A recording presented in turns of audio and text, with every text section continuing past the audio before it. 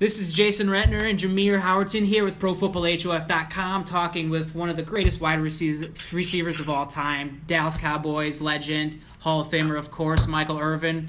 Thank you so much for taking the time to talk to us. Well, thank you guys for having me on, man. Our pleasure. Now, you were just here in Canton recently, and you'll be coming back in August for the Enshrinement. What does Canton and the Hall of Fame mean to you? Why do you enjoy coming back? Well, first of all, let's just, I'm a football fan. I'm a football fan that happened to have been blessed with the gift that gave me an opportunity to become a Hall of Famer. So now, just think about it from a football fan standpoint.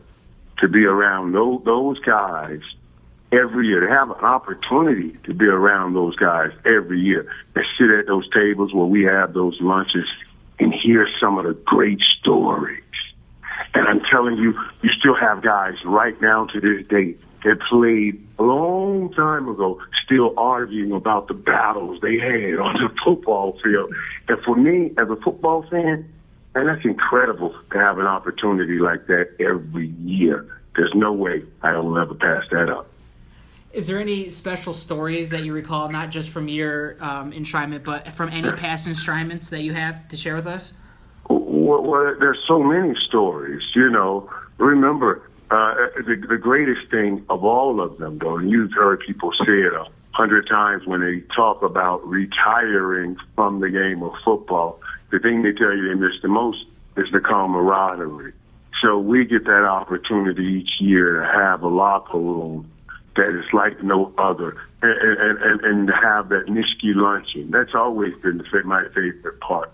That Nishki luncheon. I watch Deacon Jones have a microphone and talk about guys. My rookie year, we did an event, for a Hall of Fame, and we were doing something, I think like in Vegas or somewhere. So we had a private jet that we were flying over to do the event, come right back to the hall. And on this private jet, I got Fred Blicknikov, Deacon Jones. I got big time. And I was on that jet, and they made me basically the flight attendant, because I was the rookie.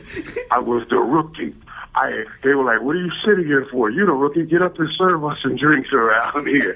So I was like, so I figured, okay, I got all these championship rings, but the guys that I'm on this plane with, they are worthy of making me that rookie. So I served them, and oh man, we sat and laughed. We had a great time. Now, you just said, you formed a lot of special relationships. You've obviously had a lot of relationships with your teammates that are in the Hall of Fame, Troy Aikman, Michael Irvin, Deion Sanders, and all that. But what about the class that you were enshrined with? Bruce Matthews, Thurman Thomas, those guys. Do you have a special bond with them? Well, you always bond with your class. This is your moment. This is your time to recognize it. And we still all talk. That's a great class. And, some have left time and gone on to eternity, like saying Charlie Sanders and all and everything. But yeah, absolutely. You bond with your class. Thurman and I couldn't believe how close we got after all of the battles that we had in the Super Bowls. During my time, when we got ready to do the speech, I would always say, each guy, they always say, man, you got 6 minutes, you got 9 minutes. Well, I won't use my time. You could take some of mine. You could take some of mine. Of course, I was collecting everybody's time. Okay, I'll take your time. I'll take your time. I'll take your time. Stuff like this. But then when those guys got up there, oh, man, they started pouring out their hearts. They took all their time in somebody else's time, So it's so funny to see how you think you're going to be when you're walking up to that moment, and then when you get up in that moment and realize you are now a Hall of Famer, and you're in front of, let me tell you something, the great people in Canton who put on an A-class event every year. It hits you in a different way, man. It hits you in a different way, and you share more than you ever thought you would share. Wow. Mr. Irvin, when you look at this 2016 enshrinement class, I want to stay closely to your position group, wide receiver Marvin Harrison. How are you so excited for him? But as a young player coming up, when you were watching him play, did you see those qualities in this young man that one day he would be a Hall of Famer? Well, no one played coming up. Marvin likes to, and I played with him about this, consider himself to be a playmaker. He likes saying playmaker, and he wore my number 88. And people have said to us all the time that we look a lot alike. I said to Marvin, Marvin, you kind of like, how Kobe is with Jordan here.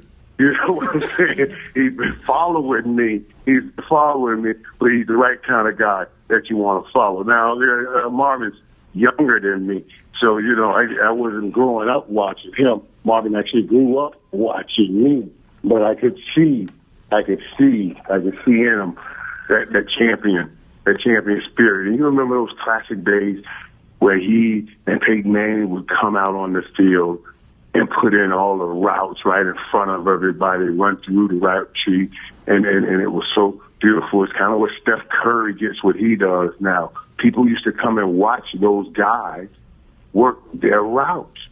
And I love that the football gods have made it right to put them on this top stage. And when you talk about a quarterback working his routes during that pregame time, Brett Favre, it just gets, that's one of the top competitors there. What are your thoughts on him? Yeah, and Brett's just, Brett's a great football player. His numbers will always support that, and he's a great football player, a great winner. And he played with everything, and to have that record, that iron record of consecutive games, you know what I mean? How hard that is in this league, how hard that is to get. So it tells you how much he loves the game and how hard he works. But beyond all that, Brett has that other thing, too, that people are just drawn to him. They're just drawn to him, the good old country boy that loves to play the good old game of football. They're just drawn to him. You won't be able to get a room in Ken. Those Green Bay Packer fans are going to be everywhere. Do you hear me? Every time you breathe in, they will be there because that's their Brett Favre. I played great games against Brett Favre, and I had some great battles. Great battles. Now, luckily, I won most of them. You know what I mean? And went on won my Super Bowls. But had we not been there, he would have had 5 or 6 rings. And don't think I won't mess with him when we are in this Hall of Fame. And he'll say to me, "Oh, come on, Mike, man. We're on the same team now." And yes, we are. That's great. I would hate to leave any other of the great men out, but just to wrap things up along the lines of the 2016 rookie class, you look at head coach Dungy. He's just such an inspiration, and just when you read his books and just listen to him talk and to see the man he is just he's a big inspiration to me. I look up to this man. I know you have to be excited about him. Yeah, I'm very excited, but from the standpoint, though, you look at how he advanced our game. Hall of Famers are about game changers, people that do things that changes the game. And he changed the game. He brought about a different place as being, an African American. But he also brought about a different way, because our ideal coach was Vince Lombardi breathing down your neck and calling you every name that your mama says you were not. That's what I thought were of a coach. And Coach John Dungy came and did with such dignity and said it could be done this way too. That's what I say when I talk about a game changer. And he kind of showed the world that this is really a cerebral game. It's not just a bunch of dumb brutes out here hitting each other in the head. Each were effective in their own way. Perfect. Well, we don't want to take up too much more of your time, Michael. We appreciate everything, and we really look forward to seeing you and everyone else back. It's going to be an amazing weekend once again.